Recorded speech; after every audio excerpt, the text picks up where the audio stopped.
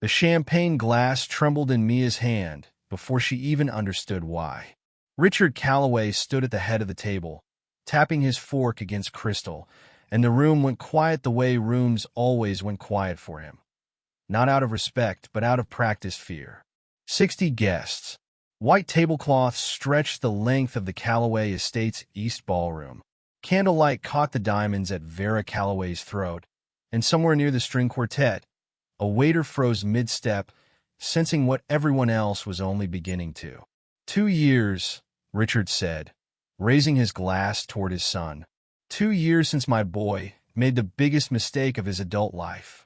Laughter rippled through the room, the kind that comes from people who've learned it's safer to laugh with Richard Calloway than to wonder if he's joking. Ethan's smile faltered. Beside him, Mia kept her steady, the way she'd learned to keep it steady at every one of these dinners. Chin level, eyes soft, hands folded in her lap like a woman who hadn't heard the insult buried inside the joke. She had heard it. She always heard it.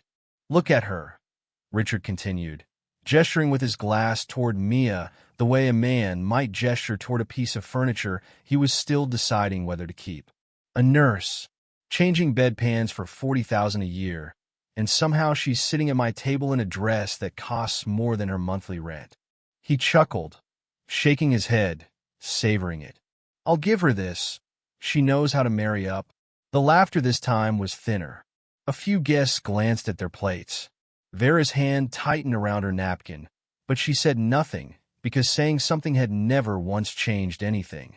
Mia set her glass down carefully, the way she'd been taught to hold a patient's hand steady before a needle. Slow, deliberate, no sudden movement that might give the room the satisfaction of seeing her flinch. Richard, Ethan said quietly, the warning barely audible. What? I'm complimenting her. Richard spread his hands, all wounded innocence, playing to the room now, and the room, as it always did, played along. 2 years ago she had nothing. No name, no money, no family anyone's ever heard of. And now look at her. Poor girl struck gold. Poor.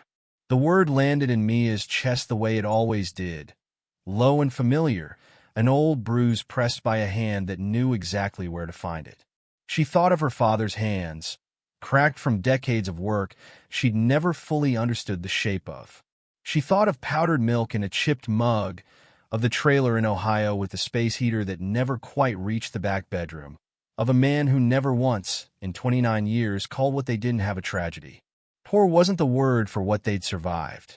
But Richard Calloway had never survived anything in his life, and men like that always mistook the word for a wound instead of a fact. She smiled instead. Small, even unreadable. Ethan, she said softly, touching his arm before he could rise from his chair. It's fine. It wasn't fine. It had never once been fine. But she had learned, in 2 years of Sunday dinners and holiday galas and every version of this same performance, that giving Richard Calloway her anger was giving him exactly what he wanted, proof that the poor girl couldn't hold her composure at a rich man's table. So she held it. She always held it. Richard, sensing no fight coming, raised his glass higher, warming to his own performance now, already reaching for the next cruelty. Something about her father, something about family nobody's ever met, when the tall double doors at the far end of the ballroom groaned open. Nobody had announced a late arrival. The string quartet faltered mid-note. Heads turned, and into the candlelight walked a man in a plain gray suit that had clearly never been fitted for a room like this one. Tall, silver-haired, moving with the unhurried calm of someone who had long ago stopped needing anyone's permission to walk into a room. Mia's breath caught. A smile broke across her face, sudden and real, the first true thing she'd felt all evening. Dad, she whispered. But Richard Calloway wasn't looking at Mia anymore. He was staring at the man in the doorway the way a man stares at a ghost he buried with his own hands. And the champagne glass slipped from his fingers, shattering against the marble a full second before his knees gave out beneath him. 10 years before that ballroom, there was a kitchen table with 3 legs and 1 folded napkin wedged under the 4th. Mia was 19 the last time she counted the apartments. 11, across 3 states before she turned 18. She stopped counting after that. The way a person stops counting stairs once climbing them becomes just something the body does without asking the mind for permission. Her mother died when Mia was 10. A slow illness that ate up whatever savings her parents had built and left behind a folder of hospital bills her father kept in a shoebox under his bed, unopened, for years. Mia never saw him cry. She only noticed, afterward, that he'd stopped humming while he cooked. Daniel Bennett raised her alone after that, in the quiet, unremarkable way certain men raise children, not with speeches but with presence.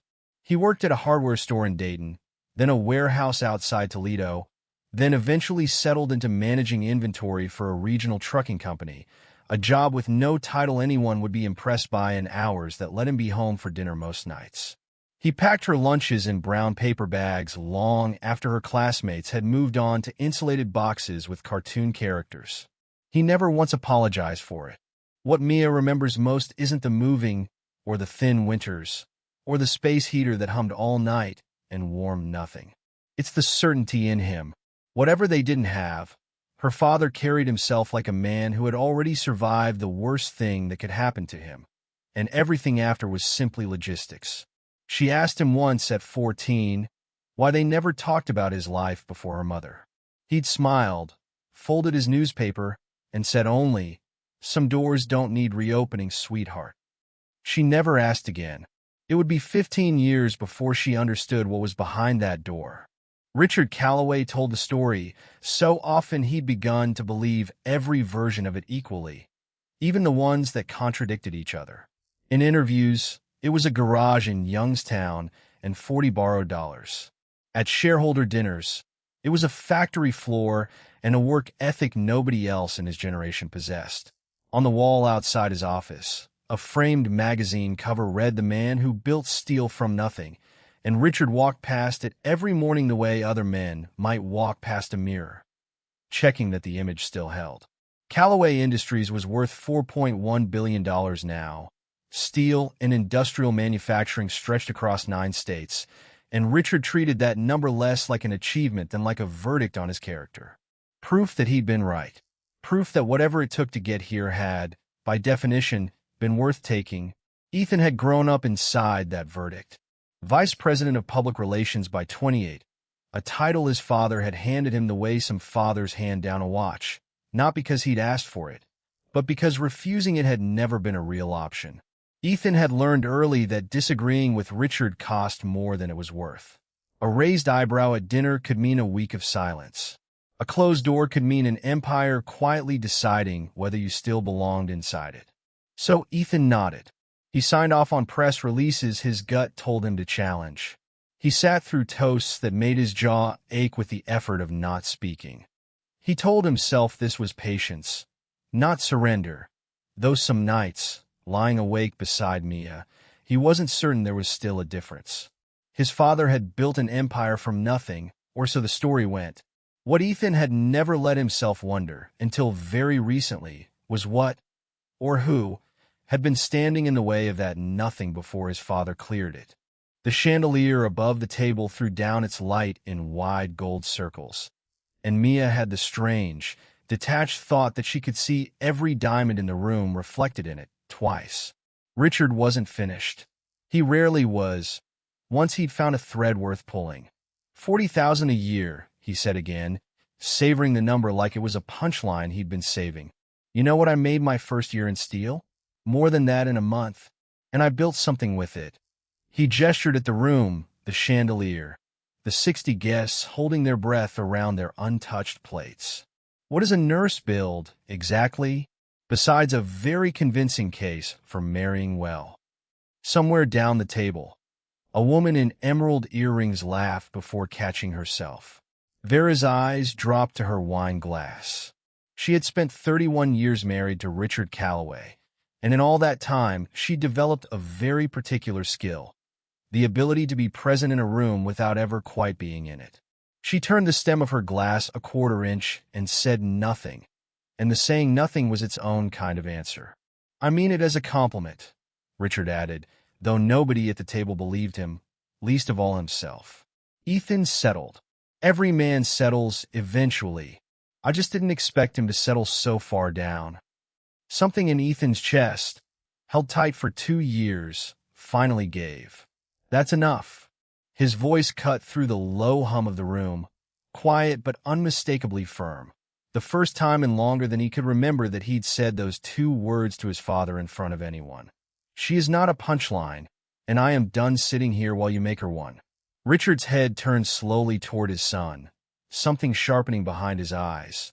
Surprise, and beneath the surprise, the first flicker of something that looked almost like alarm, as though some old and buried instinct had just stirred awake. He never got the chance to answer. Behind him, the tall double doors groaned open on their hinges, and the room's attention shifted before his did. Mia had planned this for 6 weeks. She called her father in April, nervous in a way she hadn't been since childhood, and asked him to finally come. Not for a holiday, not for some brief, careful visit at her apartment where he could leave whenever the Calloway name came up too many times. She'd asked him to come to something that mattered, to sit at a table with the family she'd married into, so that the 2 halves of her life could stop existing in separate rooms. He'd hesitated on the phone longer than she expected. Then he'd said simply, "If it means that much to you." She hadn't understood, until much later, what that hesitation had actually weighed. She told no one. Not Ethan, not Vera. She wanted it to be a gift. Her father. Finally, at her table. Proof that the modest life she came from wasn't something to be managed or minimized, but something worth showing off. So when the doors opened and Daniel Bennett stepped into the candlelight, Mia rose halfway out of her chair, joy breaking across her face before she'd even fully processed the sight of him.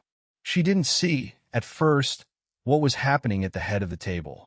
Richard had gone still in a way that had nothing to do with composure. His skin lost its color in stages, the way a photograph fades when left too long in sunlight. First the warmth, then the depth, until what remained was something pale and hollowed out. A man staring at a face he had spent 24 years convincing himself he'd never see again. Daniel didn't smile. He didn't speak. He simply stood in the doorway, gray suit, silver hair, hands calm at his sides, and looked at Richard Calloway the way a man looks at a debt he's finally come to collect. No accusation left his mouth. No greeting. The silence between them said more than either of them could have. And then, without a word, without warning, Richard's knees buckled beneath him, and Calloway Industries' $4 billion empire watched its founder crumple to the marble floor. The next few minutes moved the way emergencies always do, too fast to process and too slow to survive. Vera was the first to scream, a short, sharp sound that cracked the room open. Chairs scraped back. Someone shouted for water, someone else for a doctor, though there wasn't one among 60 guests who owned more silver than sense. A member of the household staff was already on the phone, voice tight, giving the address of an estate that had never once needed an ambulance before tonight. Mia moved without thinking, nursing instinct overriding shock, kneeling beside Richard, 2 fingers at his throat, checking his pulse the way she'd checked 1,000 strangers' pulses in a hospital corridor. Weak, but there. His eyes fluttered, unfocused, his lips moving around a word that never quite became sound. By the time the paramedics arrived, sirens washing red and white light across the ballroom windows, Richard was conscious again, pale and shaken, refusing the stretcher until Vera, for the first time in the evening, found her voice and insisted. Behind Mia, the whispers had already started. Who was that man? Did you see his face? He just walked in. Guests clustered in low murmuring circles, phones half raised, the story already leaving the room before the ambulance had. Ethan found her near the empty doorway, his father's stretcher disappearing down the front steps behind him, his face still stunned but sharpening now into something more urgent. Mia. His hand closed around her arm, not unkind but insistent. Who is your father? She opened her mouth to answer. Daniel Bennett, a warehouse manager from Ohio, a quiet man who raised me alone, and found, for the first time in her life, that she genuinely didn't know if that answer was true anymore. The hospital waiting room smelled like antiseptic and old coffee, and Mia sat in it for 2 hours before her father finally came to find her, having given his statement to a nurse who hadn't recognized his name and a security guard who had asked him to leave twice before Mia intervened. He sat down beside her, the plastic chair creaking under him, and for a long moment he simply looked at his hands. "I should have told you before tonight," he said. "I didn't think I'd ever have to." "Dad." Her voice came out smaller than she wanted. "What did he see? Why did he just collapse like that the second he saw you?" Daniel was quiet long enough that she thought he might not answer at all. Then he reached into his jacket and pulled out a photograph, worn soft at the corners, that he'd apparently been carrying for longer than she could guess. Two young men stood in front of a steel mill, arms slung over each other's shoulders, grinning the unguarded grin of men who believe the hardest part is already behind them. One of them was unmistakably Richard, 24 years younger, thinner, hungrier looking. The other was her father.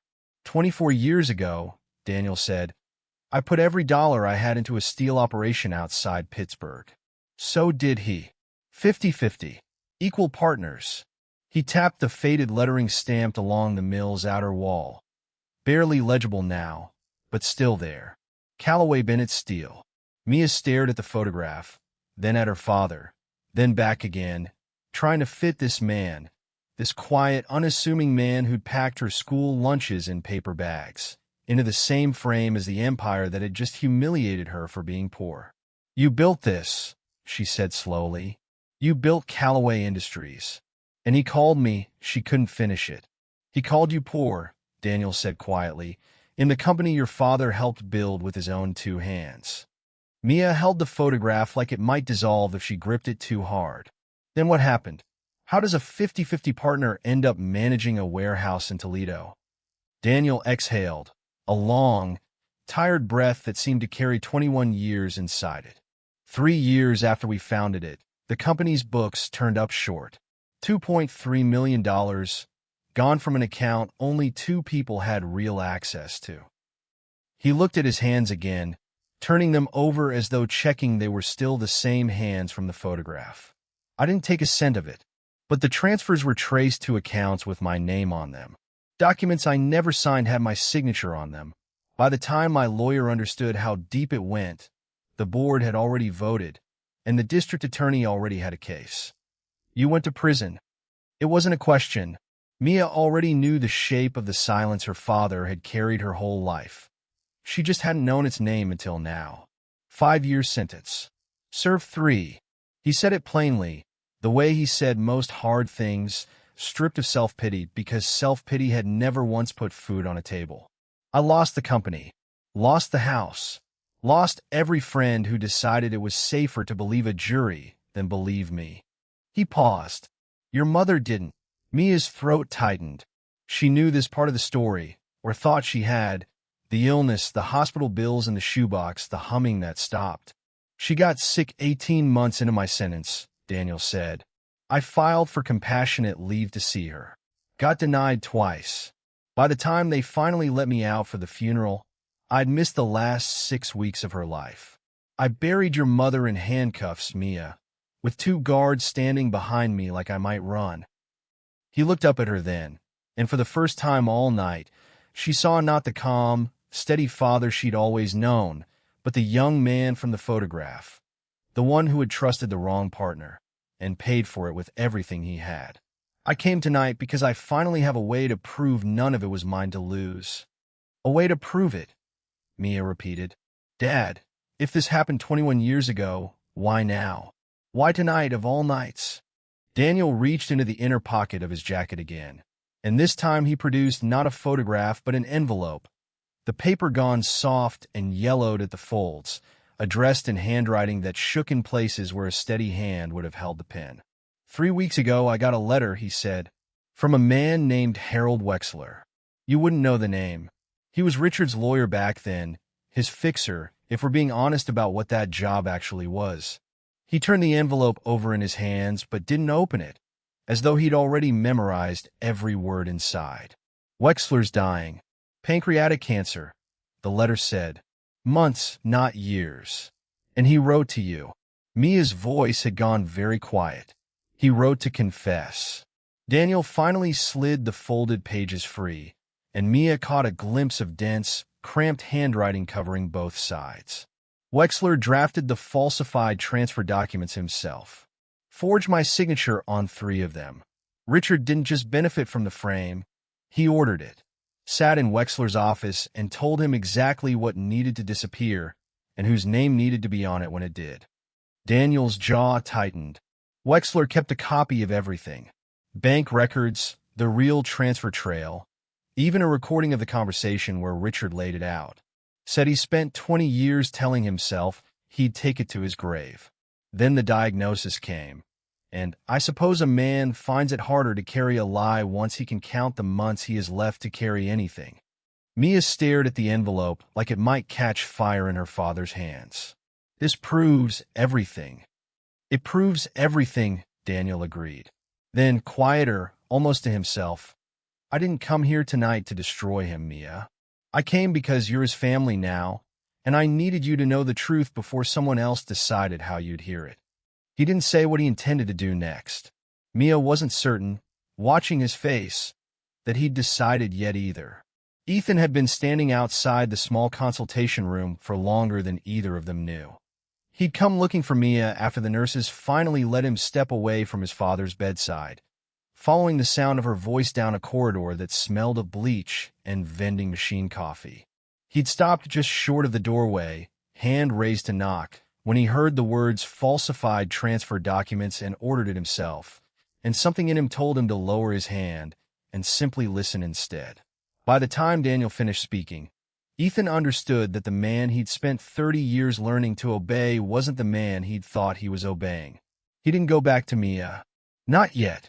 He walked straight to his father's room, past a nurse who told him Richard needed rest, and pulled the door shut behind him hard enough that Richard's eyes opened.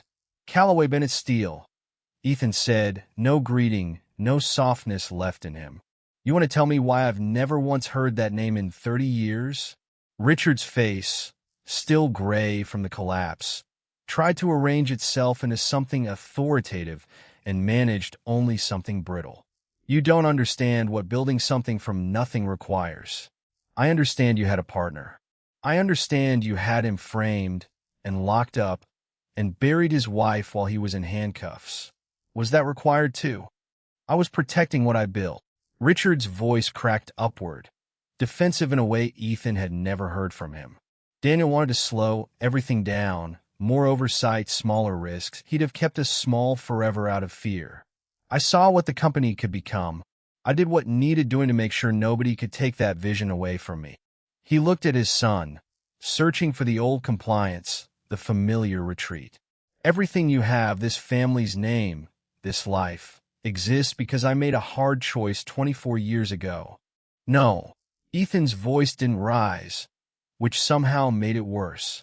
It exists because a man went to prison for a crime you committed, and I've spent my whole life proud of a name I didn't understand was stolen. He walked out before his father could answer, and for the first time in 30 years, he didn't look back to see if Richard was still watching. Richard was discharged 2 days later with strict orders to rest, which he ignored by that evening, propped up in his study with a phone in one hand and a list of names in the other. He didn't call Daniel himself. Men like Richard never did their own difficult conversations when a legal team could be paid to have them instead. 2 lawyers in dark suits found Daniel at Mia's apartment the following afternoon, polite in the practiced way of people whose politeness was a billing rate rather than a courtesy. They didn't mention Wexler's letter by name. They didn't need to. They spoke instead of a generous resolution, a settlement figure that made Mia's breath catch when she heard it through the thin apartment wall, an amount large enough to erase every hardship of the last 21 years several times over, offered in exchange for Daniel's silence and the letter's disappearance. Daniel listened to the entire offer without interrupting. Then he said simply, no, and asked them to leave. The lawyers exchanged a glance that suggested they'd been told to expect refusal and had come prepared for it.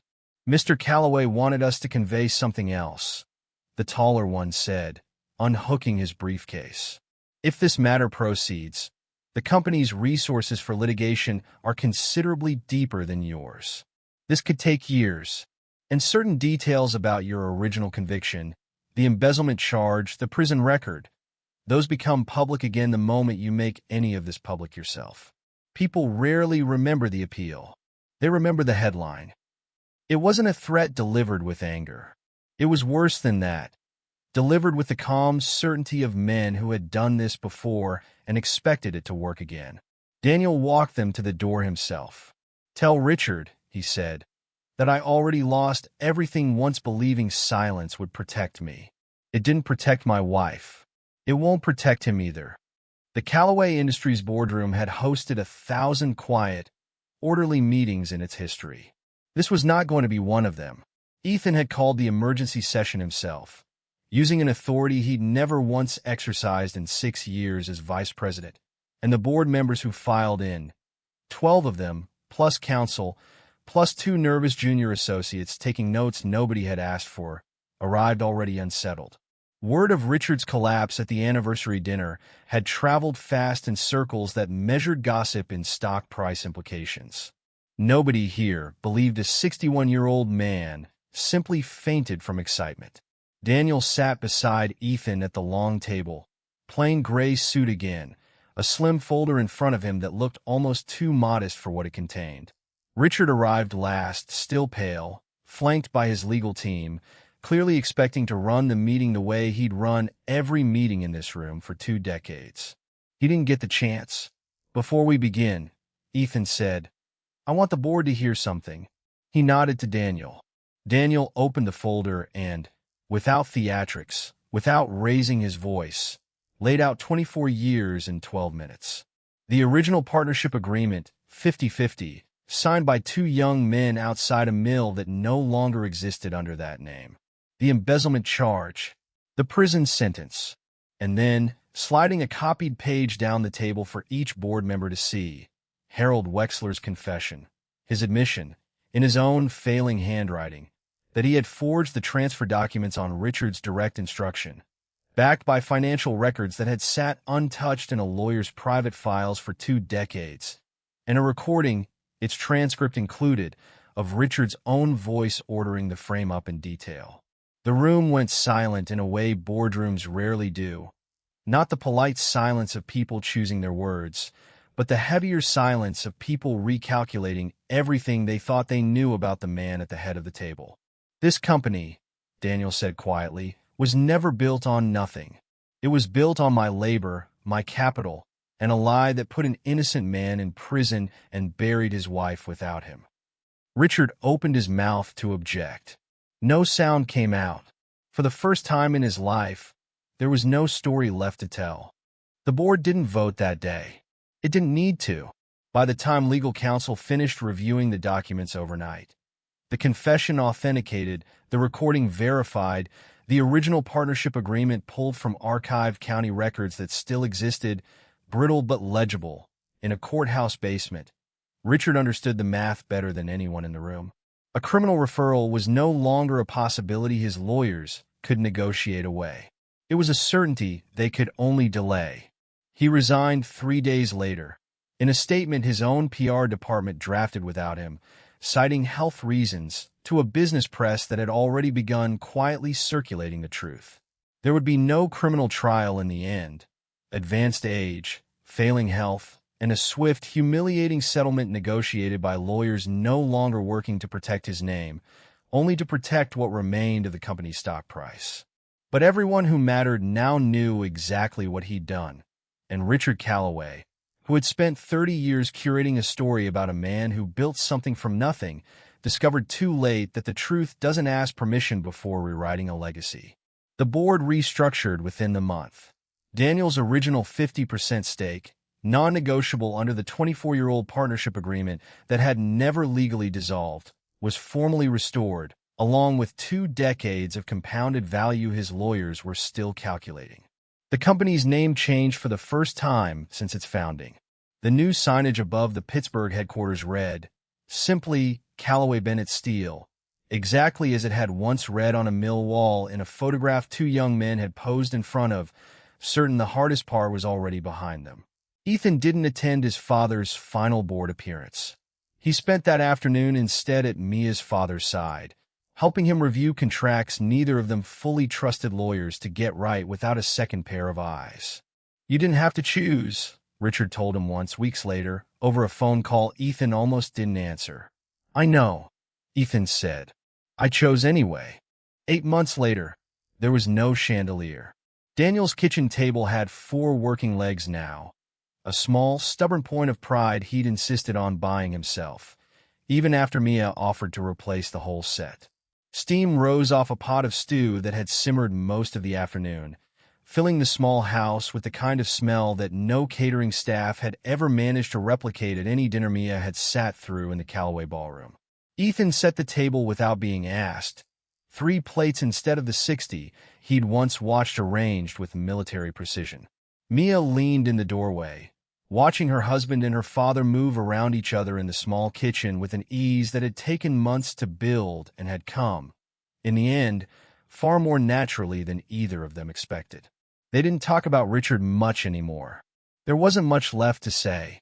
He lived quietly now, out of the papers, out of the boardroom, a man whose name had once meant everything and now meant, mostly, a cautionary story other executives told behind closed doors. Over dinner, Mia asked her father a question she'd been holding on to for weeks.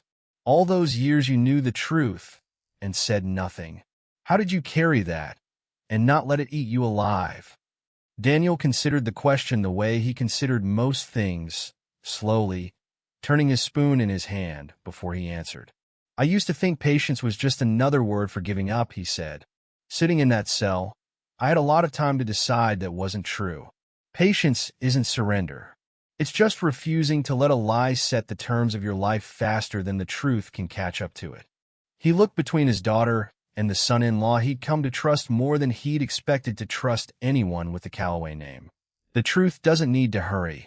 It only needs someone willing to still be standing when it finally arrives. Outside, the evening settled quiet and unremarkable over the small house. No cameras, no whispers, no chandeliers throwing down judgment from above. Just a table, set right, with everyone who belonged at it finally sitting there together.